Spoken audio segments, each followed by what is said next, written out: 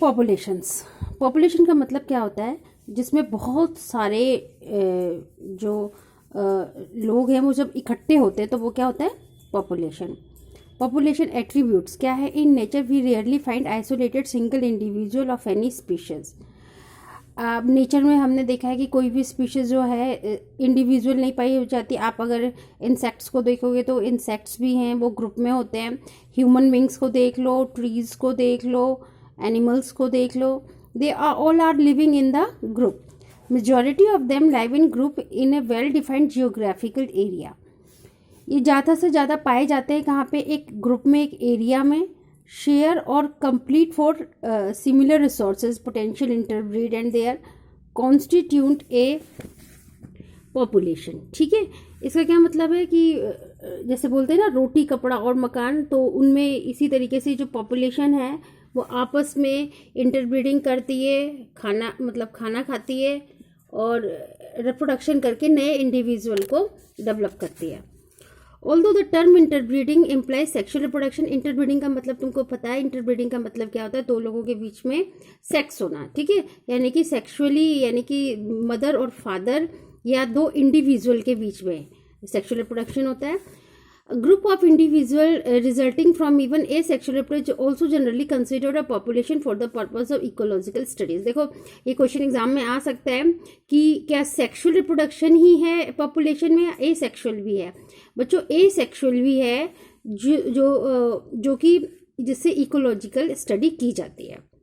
All the cormorant in a wetland. Cormorant का मतलब क्या होता है, छोटी से बड़ी चिड़िया। ठीक है, small to large bird, rats in abundant dwelling, teak wood trees in a forest, track bacteria in a culture plate। ठीक है, ये सब देख रहे हो। And lotus plant in a pond are some example of population. ठीक है, जैसे कमल है, कमल का फूल है, वो तालाब में है, तो उसके साथ और भी कमल के फूल है, तो वो सारे मिलकर क्या बना रहे हैं, पॉपुलेशन बना रहे हैं, कर रहे हैं। In earlier chapter you have learn that although an individual organism is the one that has to cope with changed environment।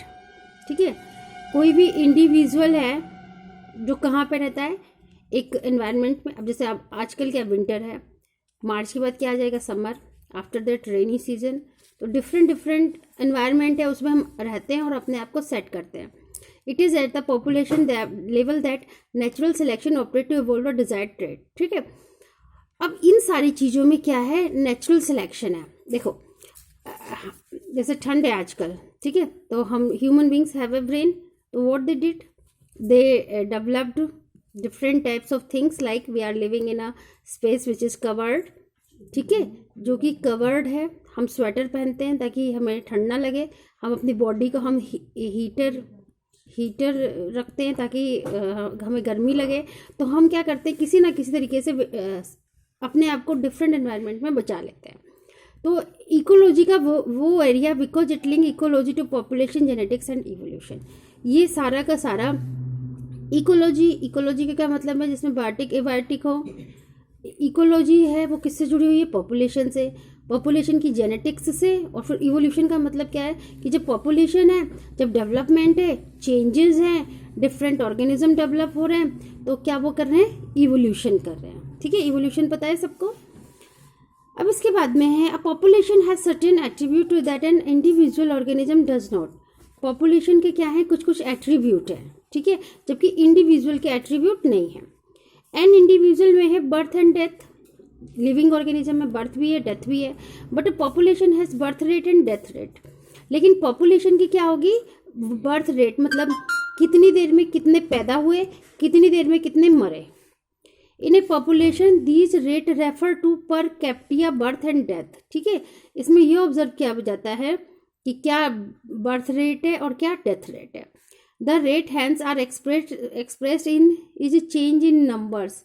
ये जो रेट है, मतलब कितने टाइम में कोई चीज़ हो रही है, या तो इंक्रीज होगी या डिस्क्रीज होगी with respect to member of the population. Here is an example, if an pond there are 20 lotus plant last year. अब हम एक एग्जांपल देखते हैं, कोई तालाब है जिसमें 20 कमल के पौधे हैं last year. Through reproduction at new plants are added, लेकिन रिप्रोडक्शन हुआ तो नए प्लांट बन गए। Taking the current population to 28, अब पॉपुलेशन कितनी हो गई, 28 हो गई। We calculate the birth rate as 8/20, क्योंकि 8 इंक्रीज हुए तो 8 को 20 से डिवाइड कर दिया तो 0.4 ऑफस्प्रिंग पर लोटस पर ईयर आया। ठीक है, तो कितना डेवलपमेंट हुआ, 0.4। If 4 individual in a laboratory population of 40 fruit flies died, अगर 4 इंडिविजुअल है किसी लेबोरेटरी में और 40 फ्रूट फ्लाइज है, डाइड हो गई, मर गई ड्यूरिंग स्पेसिफाइड टाइम इंटरवल। ठीक है, 40 में से 4 की डेथ हो जाती है, से वीक, हम वीक भी कह सकते हैं, तो हम डेथ रेट निकाल सकते हैं 4/40, तो डेथ रेट कितना आया, 0.1 आया। और वैसे भी बर्थ रेट ज़्यादा होता है, डेथ रेट कम होता है, तो इस like this we can calculate the birth rate and death rate of any individual. Another attribute characteristic of a population is sex ratio. हमें सेक्स रेशो का पता लगाना है कि मेल ज़्यादा है कि फीमेल ज़्यादा है। An individual is either a male or a female but a population has sex ratio.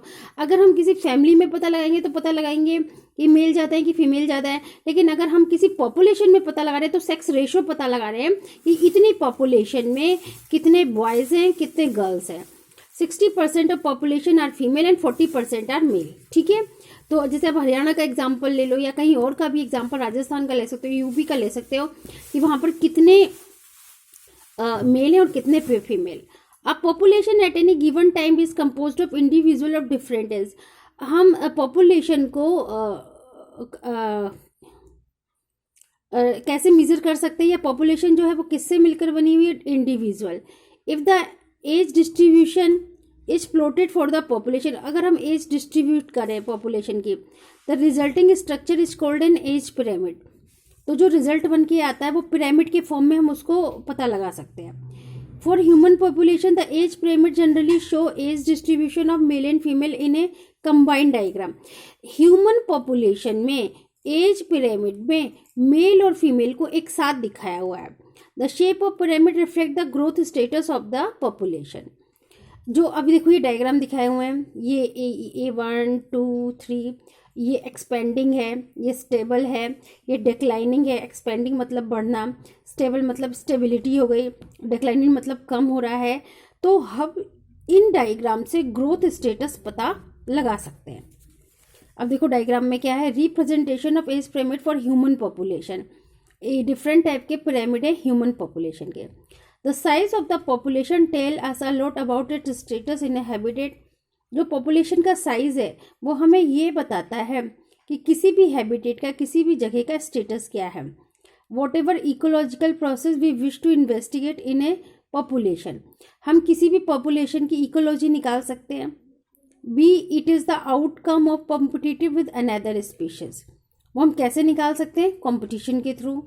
अब तुम लोगों को पता है नेचर में वही रहता है जो कंपटीशन करता है और जो उसमें सरवाइव कर जाता है। द इम्पैक्ट ऑफ ए, अब देखो प्रेडेटर का मतलब क्या है, जैसे लॉयन है, लॉयन डियर को खाता है, तो लॉयन क्या हुआ, प्रेडेटर मतलब जो प्रे को खाता है। और the effect of pesticide application, या हम ये देखते हैं कि किसी भी जगह पे पेस्टिसाइड क्या इफेक्ट कर रहे हैं। We always evaluate them in terms of any change in the population size, हम उसको इवेल्युएट कर सकते हैं किस फॉर्म में, पॉपुलेशन के साइज में। The size in nature could be as low as, मतलब अगर 10 से कम है, ठीक है, जैसे Siberian crane at Bharatpur wetland in any year और गो इनटू मिलियंस। ठीक है, अब जैसे ये है 10 से कम है, क्या कम है, साइबेरियन क्रेन्स कहाँ पे, भरतपुर कहाँ पे, राजस्थान में, ये यहाँ पे कम हो रहे हैं। और ज़्यादा क्या हो रहा है, मिलियंस, क्या हो रहा है, क्लेमाइडोमोनास क्या है, एल्गी है जो पॉन्ड में रहती है, जो हरे रंग की होती है। तो पॉपुलेशन साइज मोर टेक्निकली कॉल्ड पॉपुलेशन डेंसिटी। ठीक है, अब साइबेरिया क्रेन भरतपुर में कम है, ठीक है, क्लेमाइडोमोनास ज़्यादा है, तो like this we can come to know about the density. ठीक है, डेंसिटी को किससे रिप्रेजेंट करते हैं, कैपिटल एन से। Need not necessarily by measure in number only, ये सिर्फ नंबर को ही काउंट नहीं करते। Although total number is generally the most appropriate measure of population density, जबकि जो टोटल नंबर जो होते हैं वो डेंसिटी का पता लगाते हैं। It is in some cases either meaningless or difficult to determine, but sometime ये मीनिंगलेस है और पता लगाना बहुत मुश्किल होता है। अब तुम बताओ एल्गी है, अब एल्गी को कैसे काउंट करोगे? एल्गी काउंट नहीं होती है, वो इतनी ज़्यादा मतलब ग्रुप में होती है। तो in an area if there are 200 parthenium plants, अगर किसी जगह पे 200 पार्थेनियम प्लांट है but only single huge banyan tree with a large canopy, एक जगह तो 200 पार्थेनियम प्लांट हैं लेकिन एक जगह सिर्फ एक ही बरगद का पेड़ खड़ा हुआ है, तो stating with the population density of banyan is low relative to the parthenium, तो डेंसिटी जो होगी वो बेनियन ट्री की पार्थेनियम से कम होगी। To understanding the enormous role of the banyan is the community. तो अब हम कैसे पता लगाएं कि डेंसिटी बनियन ट्री के कंपैरिजन में पार्थेनियम में, ठीक है। In such cases the percent cover or biomass is a more meaningful measure to the population. Underline करो, दिस इज वेरी इंपॉर्टेंट। तो इस सिचुएशन में हम क्या करते हैं कि परसेंटेज और बायोमास के अकॉर्डिंग हम पॉपुलेशन साइज का पता लगाते हैं। Total number is again not an easily adoptable measure if the population is huge.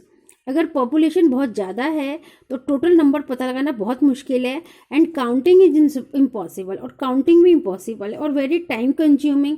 अब एल्गी को काउंट करने बैठोगे तो how you will separate, will you be able to separate each and every plant? No, you can't do this, ठीक है। तो if you have a dense laboratory culture of bacteria and hepatitis, what is the best measure is report its density। अगर आप lab में काम कर रहे हैं, वहाँ पे कोई पेट्री डिश है, पेट्री डिश के अंदर बैक्टीरियाज है, तो how you will count? Sometime for certain ecological investigation there is no need to know the absolute population density, relative density serve the purpose equally well।